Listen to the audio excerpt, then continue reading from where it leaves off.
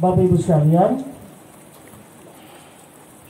Desa Watu Krus, ya, ini perjuangan kita bersama dari sejarah 2013, diusulkan oleh para tokoh masyarakat yang ada di Desa Ipir untuk memekarkan desa dalam rangka peningkatan pelayanan. Untuk menjadi desa definitif itu tidak gampang. Ya, kalau desa persiapan itu gampang, bikin pergub selesai. Ya, nanti ke depan saya mau bikin persiapan itu gampang, hanya pergub, bupati yang buat, selesai. Itu gampang. Tapi menjadi desa definitif, ini kode secara nasional itu tidak gampang. Lebih dari 100 kabupaten kota di Indonesia mengusulkan pembentukan desa baru. Tetapi yang lolos hanya 12 kabupaten, salah satunya Kabupaten Sika.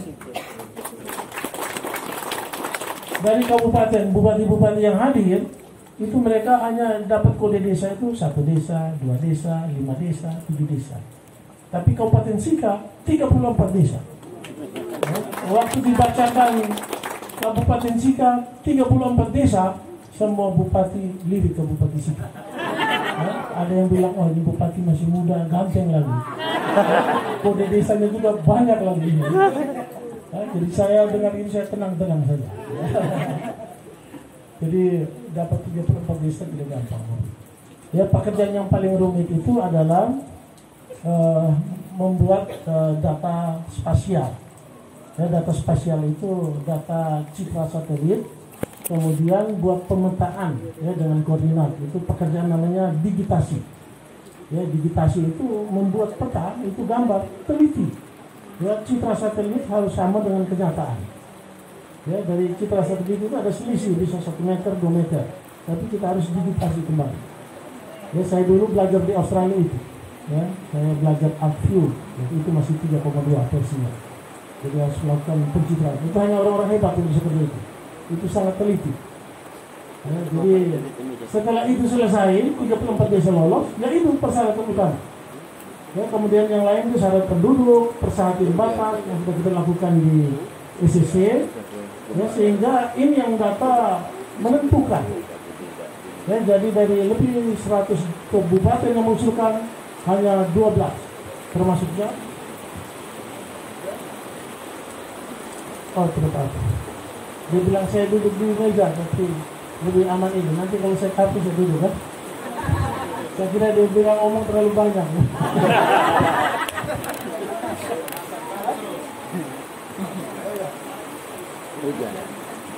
Oke, jadi setelah persyaratan sulit itu, kemudian kita mengusulkan.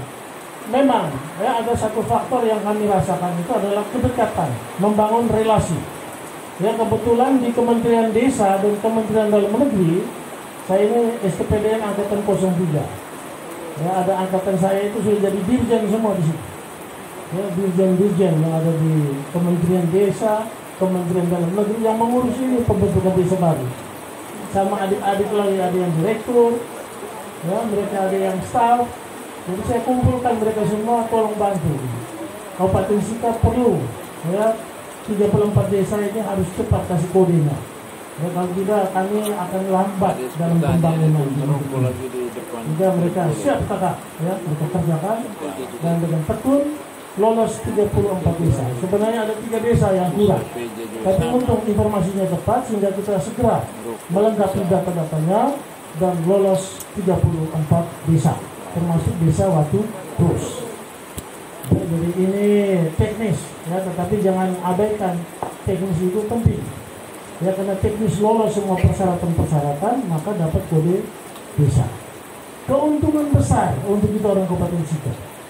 Ya, karena kebijakan alokasi dana desa untuk mempercepat pembangunan Indonesia, nah itu desa berdiri sendiri. Akhirnya ada tambahan anggaran transfer dari Jakarta ke Kabupaten Sika. Kemarin dengan 147 desa, kita ditransfer 150-an miliar setiap tahun. Jadi kalau tambah 34 desa, wah ini bisa-bisa nanti mendekati 200 miliar setiap tahun. Ya, berarti Desa Watu Krus sudah terpisah dari Desa Ipir, ya, punya anggaran tersendiri, anggarannya juga besar. Nah, ini satu keberuntungan bagi kita semua. Bapak Ibu sekalian, saya menyampaikan terima kasih kepada semua pihak, ya, tokoh-tokoh masyarakat, ya, tokoh adat yang ikut dalam proses ini. Kita dalam satu kesatuan sehingga kita sudah tetapkan dengan Perda nomor 2 tahun 2022 tentang pembentukan 34 desa di wilayah Kabupaten Sika, dan ini sudah terjadi. Kemarin kami melakukan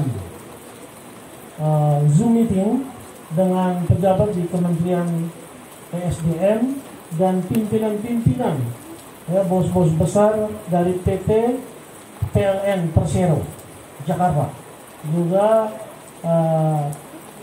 dari General Manager Provinsi Nusa Tenggara Timur dan Flores untuk UP2K Flores, dan juga manajer Flores bagian timur, ya, Pak Agung yang urus PLN. Ya, dalam diskusi itu yang diundang hanya Bupati Sika, karena surat saya paling banyak ke Menteri untuk minta perluasan jaringan. Surat terus, kirim orang ke sana.